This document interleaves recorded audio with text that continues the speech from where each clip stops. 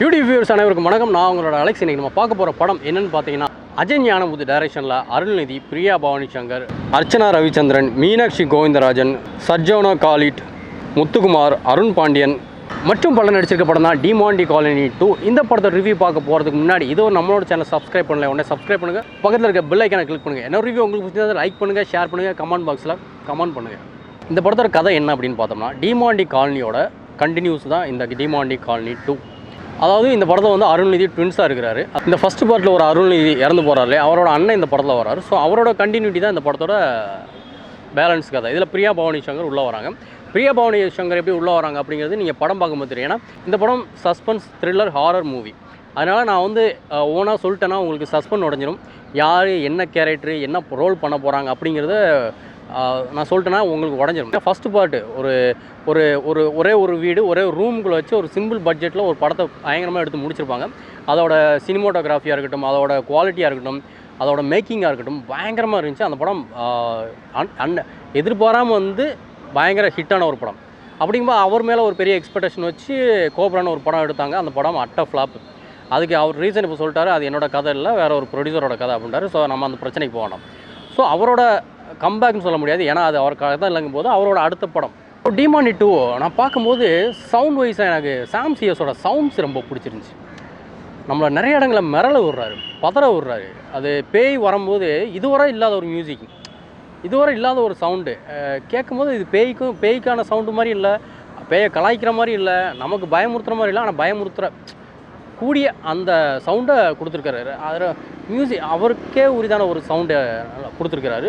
So இந்த படத்தில் sound எனக்கு ரொம்ப பிடிச்சிது. இந்த படத்தில் எனக்கு ரொம்ப பிடிச்ச விஷயம் என்னென்னா, இந்த பொதுவாக ஹாரர் படங்கள் எப்படி இருக்குன்னா, டோர் டப்பன்னு அடிக்கும், தூரத்தில் ஒரு உருவம் நின்றுக்கிட்டு இருக்கும், டக்குன்னு அது கண்ணு ஓப்பன் ஆகும், முடியை விரித்து போட்டுக்கிட்டு இருக்கும், அவங்கள மட்டும் ஒன்றுமே செய்யாது, கடைசிவரை ஒன்றுமே செய்யாது, எல்லோரையும் டப்புன்னு போட்டுக்கிட்டே இருக்கும்.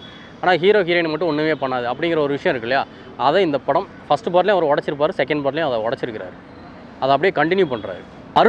அருள்நிதியோட பெஸ்ட்டை கொடுத்துருக்காரு. அவர் நேச்சுரலாக எப்படி இருக்கிறார் அதே மாதிரி இதில் ஒரு ஃபன்னு பண்ணுறாரு, அதே மாதிரி சீரியஸ்னஸும் இருக்குது. ஸோ அருள்நிதியோட பர்ஃபார்மன்ஸ் இந்த படத்துக்கு ஒரு பெரிய ப்ளஸ். அப்புறம் பிரியா பவானி சங்கரோட க்யூட்னஸும் நல்லா இருந்தாலுமே பல இடங்களில் இது இரிட்டேட் ஆகுது. என்ன காரணம்னா அது டைரக்டர் தான், அது பிரச்சனை. டைரக்டர் தான் சொல்லுவார். ஏன்னா ஒரு பேயின்னு நமக்கு தெரிஞ்சதுக்கப்புறமும் திரும்ப அவங்க கூப்பிடும்போது நம்ம வாண்டட் அப்படியே போகிறது, பின்னாடி ஒருத்தன் கூப்பிட்டுட்டே இருப்பான், போகாத அது பேய்னு, அதெல்லாம் கேட்காம அவங்க மேலே இருக்கிற லவ்வில் அப்படியே என்ன சொல்கிறது, அது ஒரு அப்படியே வாயை பொழந்துக்கிட்டு அவன் பின்னாடியே போகிறது. எனக்கு புரியல, வாயை பொழந்துக்கிட்டு எதுக்கு அவன் பின்னாடி போகிறான்? அவன் பேயின்னு தெரிஞ்சு போச்சு, அவன் இறந்துட்டான், அதுக்கப்புறமும் ஏன் பின்னாடியே போகிறான்? நமக்கு சீரியஸாக இருந்தோம்னா நம்ம டைரக்டர் மேலே கோவமே வராது. ஒரு படம் பார்க்கும்போது அந்த கேரக்டர் மேலே கோவம், அந்த கேரக்டரை நம்ம அந்த இடத்துல இது டைரக்டர் எழுதுனது ஃபஸ்ட்டு அவர் மேலே கோவப்பட்டுக்கலாம் அப்படின்னு யாருக்குமே தோணாது. அந்த இடத்துல யாருக்காக இருந்தாலுமே அந்த கேரக்டரை யார் பண்ணுறாங்களோ அவங்க மேலே தான் செம்ம கோவம் வரும். ஸோ அந்த வகையில் பார்த்தா எனக்கு வந்து பிரியா பவானி சங்கர் அந்த இடத்துல பண்ணும்போது செம்ம கோவம். அருள்நிதியெல்லாம் கூப்பிட்டு அடிக்கலை, கத்திக்கிட்டே இருப்பார், வாமா அப்படின்னு கத்துவார். கடைசியாக கையை பிடிச்சி ஓகே அது விடுங்க. ஆனால் இதே நானாக இருந்தே இல்லை ஒரு காமன் மேனாக இருந்தானா பிடிச்சி ஓங்கி ஒட்ட அடி, என்ன நானும் கூப்பிட்டுட்டே இருக்கு, நீ திமிரு பிடிச்ச மாதிரி உள்ளே போயிட்டே இருக்கிற அப்படின்ட்டு. ஒன்று போய் தொலைன்னு விட்டுருவானுங்க, இல்லை கூப்பிட்டு ஒரு சப்புன்னு 2 அடியாக அடிப்பானுங்க. ஆனால் இதில் ரெண்டுமே அதை பண்ணலை. அது அருள்நிதியோட நேச்சுரல் ப்ளஸ் வந்து டைரக்டரும் அப்படி யோசிச்சிருக்கிறாருன்னு நினைக்கிறேன். ஸோ அதனால் ஓகே. மீனாட்சி கோவிந்தராஜன் நம்ம கோப்ரா படத்தில் பார்த்துருப்போம். அவங்களும் இதில் ஒரு அழகான பர்ஃபார்ம் கொடுத்துருக்காங்க. ஆனால் ஃபுல்லாக அழுதுகிட்டே இருக்கிறாங்க, பயம். இந்த படம் ஃபுல்லாக எல்லாருமே பயந்துக்கிட்டே இருப்பாங்க, பட் இவங்க மட்டும் தான் அழுதுகிட்டே இருக்காங்க, பயந்துக்கிட்டே இருப்பாங்க. ஏன்னா இந்த செகண்ட் பார்ட்டு லீட் எடுக்கிறது இவங்க தான். இந்த உள்ளே போய் டாலர் இருக்கு இல்லையா, அந்த டாலர் தூக்குறதே இவங்க தான் அப்படிங்கிற ஒரு விஷயம் இருக்குல்ல, அது நல்லாயிருக்கு. இந்த படத்தில் ஒரு முக்கியமான விஷயத்த சொல்லியிருக்கிறாங்க. அதாவது இந்த விஷயம் வந்து 6 வருஷத்துக்கு ஒரு தடவை நடக்குது. அதாவது 6 வருஷத்துக்கு ஒரு தடவை 6ஆவது மாதம் 6ஆம் தேதி அப்படிங்கிற ஒரு விஷயத்த, அதாவது அது மொத்தமாக பார்த்தோம்னா 666 ஒரு சாத்தானுக்கான ஒரு விஷயம் அப்படின்னு சொல்கிறாங்க. அதுவும் இல்லாமல் டிமாண்டி அப்படிங்கிற ஒருத்தர் இருக்கார் இல்லையா, அவருக்கு மேலே இன்னொன்று இருக்குது அப்படிங்கிற ஒரு விஷயத்தை இதில் சொல்கிறாங்க. அந்த சீன் காட்டும்போது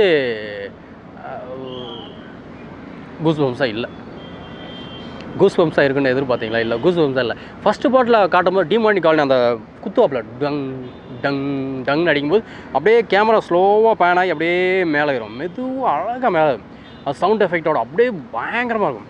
இந்த படத்தில் டிமாண்டி காட்டும்போது கூட அந்த எஃபெக்ட் இல்லை, ஆனால் பயங்கர கிளாப்ஸு சவுண்டு டிங்குன்னு ஒரு சவுண்டு கேட்டோன்னே அப்படியே தேட்டரே அதிருது. சவுண்ட் எஃபெக்டில் இல்லை, கத்துறானுங்க. ஆனால் டக்குன்னு அப்படியே கேமரா அப்படியே கொண்டு போய் காட்டாமல் டப்புன்னு இப்படி ஒரு ஷாட் வச்சிடுறாங்க. லைட்டிங்கும் அந்த அளவுக்கு மிரட்டுற அளவுக்கு இல்லை. ஃபஸ்ட் பார்ட்லாம் பார்த்தீங்கன்னா பேக்லாம் லைட் வச்சு சூப்பராக கொடுத்துருப்பாங்க. இந்த படத்தில் லைட்டு அவ்வளோவா இல்லை, பட் மிரட்டி இருக்கிறாங்க, அப்படி தான் சொல்லுவேன். ஆனால் எப்பவுமே நான் என்ன சொல்கிறேன், ஃபஸ்ட்டு பார்ட்டை விட இது பெட்டராக இருக்கா அப்படின்னு கேட்டால் இல்லை. ஆனால் ஃபஸ்ட்டு பார்ட்டை மறக்க வேண்டாம், அந்த எஃபெக்டே அதிலே அந்த மாதிரியே கொடுப்பாங்க அப்படின்னு நினச்சி போகாமல், ஓகே அவர் ஒரு படம் கொடுக்குறாரு போய் பார்க்கலான்னு போய் உட்காந்தாங்கன்னா இது உண்மையிலே ஒரு நல்ல படம், ஒரு நல்ல ஒரு த்ரில்லர் ஜானர் படம், உட்காந்து பார்த்து என்ஜாய் பண்ணிட்டு வரலாம். அப்புறம் இந்த படத்தில் தேர்ட் பார்ட்டுக்கான லீடும் கொடுத்துருக்குறாங்க. ஸோ அது என்ன சொல்கிறது, இந்த சுழற்சி மாதிரி இருக்குது. இவர் போய் படுத்துக்கிட்டு அவர் எழுந்துச்சி வராரு, அவர் போய் படுத்துக்கிட்டால் இவர் எழுந்துச்சி வராரு, இவரை காப்பாற்ற அவர் வராரு, அவரை காப்பாற்ற இவர் வரேன்ட்டு ஒரு தேர்டு பார்ட்டுக்கான லீடு கொடுத்துருக்குறாங்க. ஸோ தேர்டு பார்ட் எப்படி எடுக்க போகிறாங்கன்னு எனக்கு தெரியல. பிரியா பவானி சங்கர் வேறு மேரேஜ் பண்ணிட்டு போகிறேன், படத்தை நிப்பாட்ட போகிறேங்கிறாங்க. ஸோ எப்படி எடுக்க போகிறாங்க, சப்போஸ் ஆஃப்டர் மேரேஜும் அவங்க நடித்தாங்கன்னா இந்த படத்தை கண்டினியூ பண்ண இதே கான்செப்டோடு கண்டினியூ பண்ணுறதுக்கு வாய்ப்பு அதிகமாக இருக்குது. அப்புறம் முத்துக்குமார் அருள்நிதியோட சித்தப்பா வராரு. சித்தப்பானா இது எப்படி சொல்கிறது, அதாவது இதில் ஒரு பெரிய கன்ஃபியூஷன் இருக்குது. அதாவது 2500 கோடிக்கு சொத்து உள்ள ஒருத்தரோட பையன்தான் அருள்நிதியான். ஆனால் ஃபஸ்ட்டு பார்ட்டில் அப்படி தெரியவே தெரியாது, அப்படி ஒரு கான்செப்டே சொல்லலை.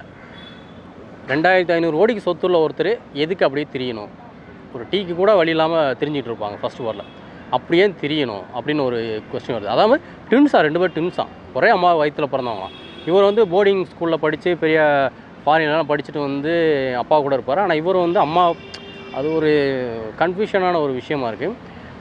அது கொஞ்சம் அவாய்ட் பண்ணிக்கலாம். இதில் வந்து முத்துக்குமார் வந்து ஒரு comedian, at the same time ஒரு சீரியஸ்னஸ். ஒரு இன்டர்வல் வரைக்கும் ஒரு காமெடி பண்ணுறாரு, ஒரு ஃபன் பண்ணுறாரு, ஒரு சீரியஸான ஒரு அட்வொகேட் மாதிரி இருந்துக்கிட்டு அட் த சேம் டைம் அருள்நிதியோட சித்தப்பாவும் இருந்துக்கிட்டு ஒரு ஃபன் பண்ணுறாரு. ஆனால் அதுக்கப்புறம் அவர் ஒரு சீரியஸ்னஸை கையில் எடுத்துடுறாரு, அவருக்கு ஒரு சீரியஸ்னஸ் கொடுக்குறாங்க, ஒரு நல்லாயிருக்கு. அருண் பாண்டியன் அவர் செட் ஆகலை, ஏதோ ரொம்ப கஷ்டப்பட்டு பேசுகிறாரு, பழைய அந்த எனர்ஜி இல்லை. ஏன் வயசாகும் போது அது இருக்காது, கரெக்டு தான், ஆனால் வேண்டாங்கிறேன், அவர் செட் ஆகலை, அருண் பாண்டியன் வந்து செட் ஆகலை. அப்புறம் இந்த படத்தில் எனக்கு பிடிக்காத ஒரு விஷயம் என்னென்னா, இடிக்கிற விஷயம், லாஜிக் இல்லாமல் நிறைய இடங்கள் இருக்குது. ஆனால் லாஜிக் இல்லாமல் எனக்கு இடித்த விஷயம் என்னென்னு பார்த்தீங்கன்னா, பொதுவாக வந்து டிமாண்டி அப்படிங்கிற ஒரு அந்த பேய் வந்து அந்த டாலரை யார் எடுக்கிறாங்களோ அந்த டீமும் தான் தூக்கும். டாலரை எவன் எடுத்துகிட்டு போனோன்னா அந்த குரூப்பை தான் தூக்கும். இது வந்து அன்வான்டாக நிறைய பேர், இங்கே ஒருத்தர் இருந்தானா அங்கே ஒருத்தனை தூக்குது, அது நல்லா இல்லை. ஏதாவது இவனை பிடிக்கலன்னா அங்கே ஒருத்தனை தூக்குறது, அவனை பிடிக்கலன்னா அங்கே ஒருத்தனை தூக்குறது, டாலர் எவன் கையில் வச்சுருக்கானோ அவனை தூக்குறது தான் டிமாண்டியோட வேலை. அதான் கான்செப்டே ஆக்சுவலாக ஃபஸ்ட்டு பார்ட் ஆகும். செகண்ட் பார்ட்டில் அவங்க இஷ்டத்துக்கு அப்படியே கொஞ்சம் மாற்றிக்கிறாங்க, கொஞ்சம் ஆல்ட்ரேட் பண்ணிடுறாங்க அப்படியே டக்கு. அப்புறம் எனக்கு இந்த படத்தில் ரொம்ப அல்டிமேட்டாக இருந்தது அருள்நிதி, பிரியா பவானி சங்கர், அப்புறம் ஒரு புத்த மதத்தை சேர்ந்த ஒரு புத்தி பேர் தெரியல எனக்கு. அவர் வந்து இவங்க 3 பேரும் ஒரு ஹோட்டலில் மாட்டிப்பாங்க. அங்கே நடக்கிற விஷயம் இருக்குல்ல, ஐயோ முக்கியமாக அதை வந்து ஒரு டோரை உடைப்பார். டோரை உடைச்சோடனே அந்த டோர் ஸ்பிட் ஆகும் டக்குட்டு, அந்த இடத்துல கிளாப்ஸ் அள்ளுது. ஸோ அந்த மாதிரி சீன்ஸ்லாம் நிறைய வச்சுருக்கிறாரு. அப்புறம் இவங்க தப்பிக்கிறதுக்கு ஒரு ஸ்டார்டிங்கில் ஒரு ஹிண்ட் கொடுத்துருப்பாரு, அது வந்து கிளைமேக்ஸில் அவங்க சொல்லுவாங்க. ஸோ இந்த மாதிரி நிறைய விஷயங்கள், நிறைய த்ரில்லு, நிறையா சஸ்பென்ஸ் இந்த படத்தில் நிறையா இருக்குது. அதே மாதிரி இவங்க 2 பேரும் ஸ்டார்டிங்கில் சொன்ன மாதிரி நிறையா சஸ்பென்ஸ் இருக்குது. அது வந்து நீங்கள் படம் ஸ்டார்டிங்லேருந்து உங்களுக்கு அந்த படம் சர்ப்ரைஸ் பண்ணிகிட்டே இருக்கும்.